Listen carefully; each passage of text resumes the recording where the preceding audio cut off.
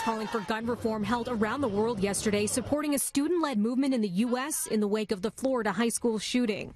March for Our Lives organizers say more than 850,000 people marched in Washington, D.C. alone. And if they're correct, that would mark D.C.'s biggest single-day protest ever. So what's next? Well, two of the movement's young leaders are looking to the future. I think that the fact that young people everywhere were taking initiative, standing up and leading in their communities showed that we've learned that our voices matter. This movement has so many people realizing that it's important to get out to the polls. We can encourage these people to take action, to be participating in our society, in our politics, then that's going to encourage our voters to actually turn out. And that's something that I think is going to continue the momentum, because even when the media leaves, these people are still there and they're still fighting for their own lives.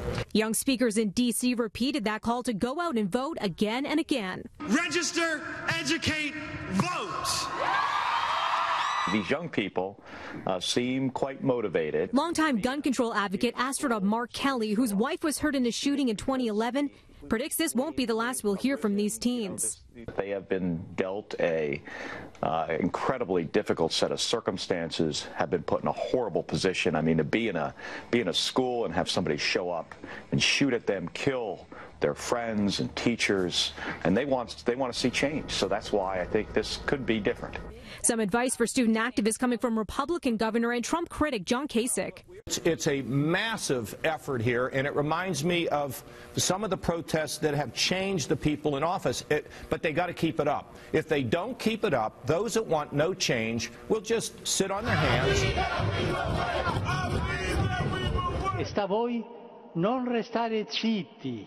And Pope Francis urging young people to speak out and not allow older generations or those in power to silence them. There is pushback to the call for gun reform. Pro-gun activists held counter-protests yesterday.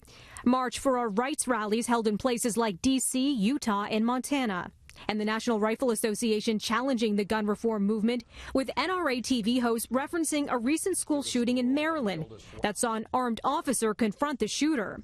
To all the kids from Parkland getting ready to use your First Amendment to attack everyone else's Second Amendment at your march on Saturday, I wish a hero like Blaine had been at Marjorie Douglas High School last month, because your classmates would still be alive and no one would know your names.